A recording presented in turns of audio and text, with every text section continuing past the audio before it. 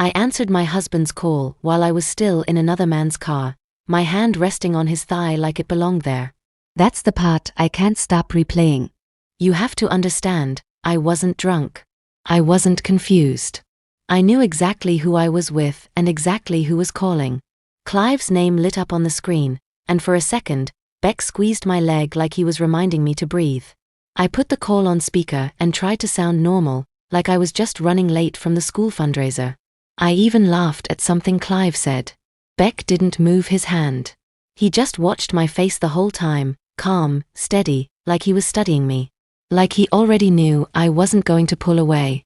That was the moment I realized something was really wrong with me. Not because I was cheating. That had already been happening for months. It was because lying to my husband while another man touched me didn't make me panic. It made me feel chosen. And I think that's when I stopped being a good person and started being honest about what I wanted. I need you to understand something first. I didn't wake up one day wanting to cheat on my husband. I wasn't scrolling through old messages or flirting with strangers online. I wasn't bored in some dramatic movie scene kind of way. My life looked fine from the outside. Honestly, it still does. That's part of what makes this so ugly. My name is Maren. I'm 38. I've been married to Clive for 12 years. We have a daughter in middle school, a golden retriever that sheds like it's his job, and a house in a quiet neighborhood where everyone waves but nobody really knows each other. Clive is a good man. I want that on record. He pays the bills on time, never forgets birthdays, fixes things before they break. If something goes wrong with the car, he's already got a YouTube video pulled up before I even finish complaining. But talking to him started to feel like talking through a closed door. Not fighting. Not cold. Just distant. Like we were roommates who used to be in love and didn't know how to bring it up without sounding ungrateful. I didn't think that was enough of a reason to ruin a marriage. Then I met Beck. It happened at a school fundraiser, the kind where parents pretend they're excited about silent auctions and dry chicken skewers. I was helping set up folding tables in the gym when I dropped a box of plastic cups. They went everywhere. He crouched down to help me pick them up. That's it. That's the big, dramatic beginning. 2 adults on a dusty gym floor chasing runaway cups. Team effort, he said, handing me a stack. His voice was low, easy. Not trying too hard. I remember noticing his hands first. Not in a weird way. Just steady. Confident. Like he moved through the world without second-guessing himself. "I'm Beck," he said. My niece goes here. I got roped into volunteer duty. I laughed. Maren. PTA against my will. That should have been the end of it. But later, while I was taping up a crooked sign near the bake sale table, he walked past and said, "You fixed that corner." It was bugging me earlier. It was such a small thing, but it landed. Clive never noticed things like that. Not because he didn't care. He just didn't see me anymore. Not in the small, quiet ways that make you feel real. Beck did. After that, we kept running into each other. Always normal, always explainable. Another school event. A Saturday soccer game.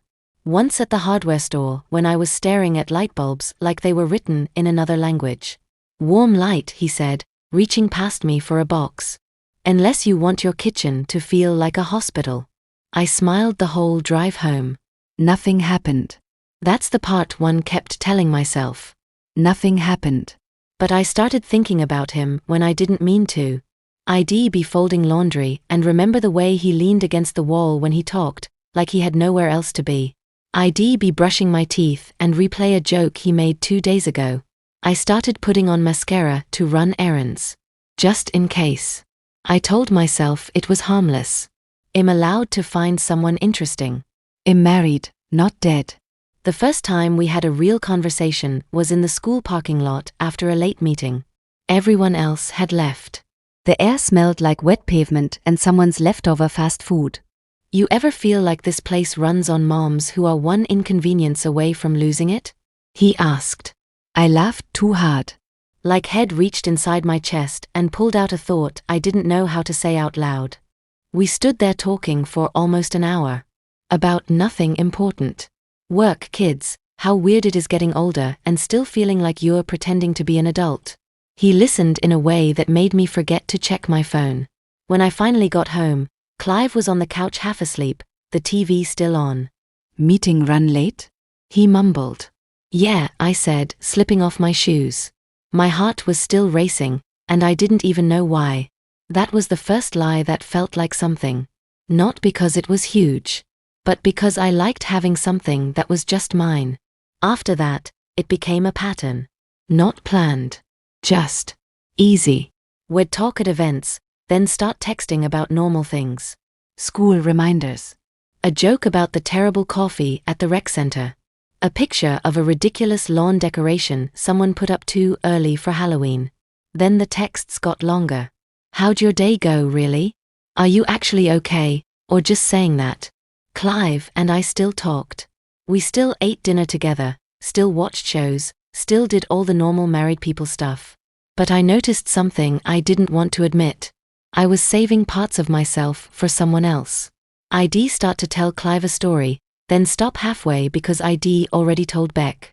I'd feel my phone buzz while we were sitting together, and I'd get that warm, electric feeling in my stomach. I hated that feeling. I chased it anyway. The first time he touched me, it was so small it sounds stupid now. We were standing side by side watching the kids during a weekend field day. He leaned in to say something, and his hand rested on the small of my back to get my attention. He didn't move it right away. It wasn't inappropriate. If anyone had looked, it would have seemed normal. Friendly. But my whole body went still. I remember thinking, you should step away. I didn't. Later that night, lying next to my husband in the dark, I could still feel the shape of Beck's hand like a memory pressed into my skin. That's when I knew I was in trouble. Not because of him. Because I didn't want it to stop. I started choosing shirts I knew he'd once said looked nice. I'd reread our messages before bed. I'd delete some of them, then feel weirdly sad doing it, like I was erasing proof that something real had happened. One afternoon, we ended up alone in the supply room at the rec center, looking for extra name tags for an event. The space was small, barely enough room to turn around without bumping into shelves. We both reached for the same box and laughed. Then we just didn't move. The air changed. Quiet. Heavy. I could hear my own breathing. He looked at me like he was waiting for me to decide something. Not pushing. Not asking. Just there. I should go, I said softly. You could, he replied. That was the moment. The line. The door standing open. I didn't walk through it. But I didn't close it either. I went home, made dinner, helped with homework, sat next to my husband on the couch like everything was normal. And the whole time, part of me was still standing in that tiny supply room, knowing exactly how easy it would be to step a little closer next time. This is the part where I stop pretending it just happened. It didn't just happen. I let it happen. Slowly. Carefully. On purpose. By then, Beck and I had settled into a rhythm that felt normal. That's what scared me most. We texted most days, nothing you could point to and say there. That's the moment she ruined her marriage. It was all layered under ordinary life. Good luck at your presentation today. Did your daughter's test go okay? Don't forget, field trip forms are due Friday. We built something in between the lines. At home, Clive and I still functioned like a team. We split chores. We talked about bills. We discussed weekend plans. If someone had filmed our life, it would have looked steady. Safe. But inside, I was somewhere else. I started checking my phone before I even opened my eyes in the morning. If there was a message from Beck, my whole body warmed up in this quiet, private way. If there wasn't, I told myself I didn't care. I always cared. The shift happened the day he didn't text back for hours. I wish I could tell you I felt relief. That maybe distance would have helped me come back to my senses. Instead, I felt restless. Distracted. I reread our last conversation 3 times, wondering if I'd said something off. I almost texted again, then stopped myself because I didn't want to look needy. That's when I realized something had tilted. I wanted his attention. Not casually. Not in a friendly way. I wanted to know I was on his mind the way he was on mine. When he finally replied that night, "Sorry, long day. You okay?" I felt this ridiculous rush of relief, like I'd passed some kind of test. That should have been a warning. Instead, it pulled me in deeper. We started finding reasons to be alone.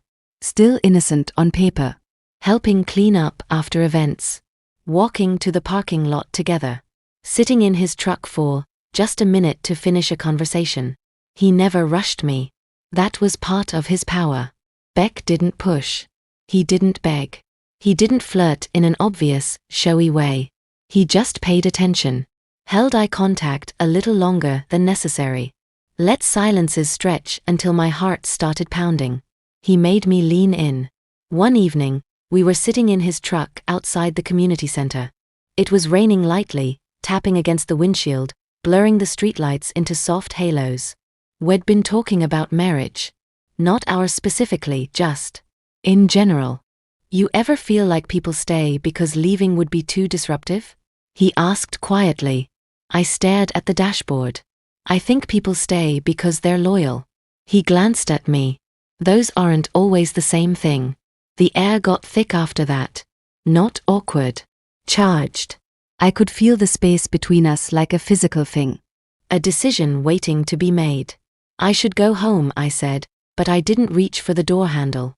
"Yeah," he said softly. He didn't move either. My heart was beating so hard I was sure he could hear it. He lifted his hand like he was going to touch my face, then stopped halfway. Like he was giving me the chance to say no without saying it out loud. That's the moment I crossed the line in my head. Because I didn't pull back. When he finally did touch me, it was slow, careful, almost questioning. Like he was making sure I understood what I was choosing. I did. And I chose it anyway. After that, everything split in two. There was my life at home, dinner, laundry, conversations about scheduling dentist appointments. And there was the life that existed in parked cars, quiet corners, and messages deleted just a little too fast. I didn't feel like a different person. I felt more like myself than I had in years. That's the part no one tells you. It's not always about escaping something bad. Sometimes it's about chasing a version of yourself you thought was gone.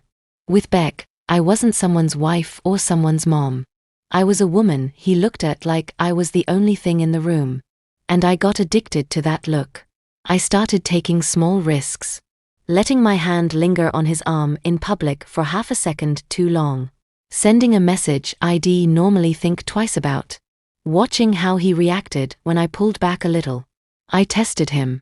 If I took longer to reply, he'd send something thoughtful later, like he knew exactly how to reel me back in without making it obvious. If I mentioned another man in passing, a harmless story, his jaw would tighten just slightly before he smiled. He wasn't jealous in a loud way. He was territorial in a quiet one. And I liked that more than I should have. At home, Clive started noticing I was distracted. "You seem tired lately," he said one night while we were brushing our teeth. "Just busy," I replied, not meeting his eyes in the mirror. The guilt would hit me in waves when I was near him. When he reached for my hand on the couch. When he told me about a problem at work and I had to pretend I was fully there. But the second my phone buzzed with Beck's name, the guilt faded like background noise. That scared me. Not enough to stop. The night from the beginning, the phone call in the car, wasn't even planned. We'd met to talk after an event ran late. I told Clive I was helping lock up. It wasn't a complete lie. I had helped. I just hadn't left. We were sitting close, the world outside reduced to passing headlights and the hum of the engine. His hand was resting on my leg, warm and steady, like it belonged there. Then my phone lit up. Clive calling. For a split second, everything inside me froze. Beck didn't pull his hand away. He just looked at me, calm, unreadable, like he was waiting to see who I was going to be. I answered. "Hey," I said, forcing my voice to sound normal. "Light." "You heading home soon?" Clive asked. "Just wanted to make sure you're okay." "Yeah," I smiled like he could see it. "Just finishing up." Beck's thumb moved slightly against my leg. Not demanding. Just there. Present. claiming space. I laughed at something Clive said. I don't even remember what it was. All I remember is the split screen of my life in that moment. Husband in my ear, another man's touch grounding me in the seat. I should have felt panic. Instead, I felt wanted, chosen, powerful in the worst possible way. When I hung up, the silence in the car was loud. "You okay?" Beck asked softly. I nodded. But deep down, I knew something had shifted again. I wasn't just reacting anymore. I was fully in this. And for the first time, I understood that getting out would hurt more than getting caught. It stopped feeling exciting and started feeling necessary. That's how I knew I was in deeper than I ever meant to go. Before, the messages from Beck gave me a rush. A spark. Something to carry me through long afternoons and quiet dinners. Now, if too much time passed without hearing from him, I felt this low, buzzing anxiety under my skin. I checked my phone constantly. In the grocery store line. At red lights. In the bathroom at home with the fan on so Clive wouldn't hear the notification sound. Every part of my day started orbiting around whether Beck felt close or distant. And the worst part? I don't even think he knew he had that kind of control. At home, Clive had started watching me in a different way. Not suspicious exactly. Just searching. "You've been somewhere else lately," he said one night while we were loading the dishwasher. I kept my eyes on the plates. "Just tired." "You don't laugh at my dumb jokes anymore." I forced a smile. "I do too." He studied my face for a second longer than usual, like he was trying to solve a puzzle. Then he nodded and handed me another dish. That should have broken me. Instead, I felt irritated. Like he was noticing too late. Like the version of me he was looking for had already moved out quietly and left no forwarding address. With Beck, things were changing too. Not in a dramatic way. He didn't pull away completely. He didn't end things or get cold. He just became slightly less available. A delayed reply. A cancelled plan with a vague excuse. A shift in tone I couldn't quite name but definitely felt. And it unraveled me. I told myself I was being ridiculous. That he had a life. Responsibilities. The same way I did. But panic doesn't listen to logic. I started reaching more. Sending the first message. Suggesting times to meet. Reading into every word he wrote like there was a hidden meaning I needed to decode. When he did give me attention, it felt like oxygen. When he didn't, I spiraled. That's when I understood the power had flipped. I thought I'd chosen this. Thought I was in control because I was the one with something to lose. A husband. A family. A life that looked stable. But emotionally, I was the one waiting. Hoping. Needing. One afternoon, I sat in my car outside a coffee shop where we were supposed to meet. 10 minutes passed. Then 15. Finally, my phone buzzed. "Sorry." Something came up. "Rain check?" That was it. No explanation. I stared at the screen, my chest tight, humiliation creeping up my neck like heat. I typed "no problem." With a smiley face I didn't feel. Then I cried in my car like a teenager. Not because I missed him that day, but because I realized how far I'd fallen. I had built my emotional balance on moments he could cancel with one sentence. That night, Clive reached for my hand in bed. I almost flinched. The guilt hit me so hard I had to turn away and pretend I was already asleep. My mind was racing with two completely different fears. I might lose my husband. I might lose Beck. And I didn't know which one scared me more. A few days later, Beck and I finally saw each other again. We stood close, but something in me had shifted. I wasn't just drawn to him anymore. I was afraid of losing him. "You've been quiet," he said, studying my face. "Just a lot going on," I replied. He nodded, like he accepted that. But he didn't pull me closer the way he used to. Didn't look at me with that same steady intensity that had hooked me from the start. I felt myself reaching again, trying to pull us back to where we'd been. "I miss you," I said softly. He brushed his thumb along my hand, but his voice was calm. Too calm. "We just have to be careful." "I don't want things getting messy." Messy. I went home and sat in the driveway for 10 full minutes before going inside. Messy meant my feelings were inconvenient. Messy meant this had limits I hadn't agreed to but was somehow expected to follow. That's when it hit me. I had risked my entire life for a relationship that existed only in the spaces between his other priorities. And I still wanted it. Clive started asking more questions after that. Not accusations. Just noticing. Why do you always take your phone with you now? Who were you texting at dinner? You seem far away lately. Every time, I had an answer ready. Calm. Reasonable. Practiced. Lying had become a reflex. One night, I stood in the bathroom staring at my reflection, toothbrush frozen in my hand, and thought you could tell him right now. Just walk into the bedroom. Sit on the edge of the bed. Say the words and let everything explode. I even pictured it. His face. The hurt. The disbelief. And underneath that, relief. No more hiding. No more splitting myself in two. My phone buzzed on the counter. Beck, thinking about you today. Just like that, the moment passed. I crawled into bed beside my husband and carried my secret like it was something fragile and precious instead of destructive. The closest we ever came to getting caught happened on a Sunday afternoon. We were all in the living room. Clive was on one end of the couch, our daughter on the floor doing homework. My phone was beside me. A message popped up on the screen. I saw Beck's name flash for half a second before I grabbed the phone. Too fast. Clive looked up. Who's that? PTA stuff, I said, already unlocking it, already deleting the preview. He held my gaze for a moment, then nodded slowly. My heart didn't calm down for an hour. Later that night, lying in the dark, I realized something that made my stomach drop. Part of me had felt a thrill when his name lit up like that. Right there. In my real life. So close to the surface. Danger didn't push me away. It made everything feel more real. Now I'm here, talking to you, because I don't know what happens next.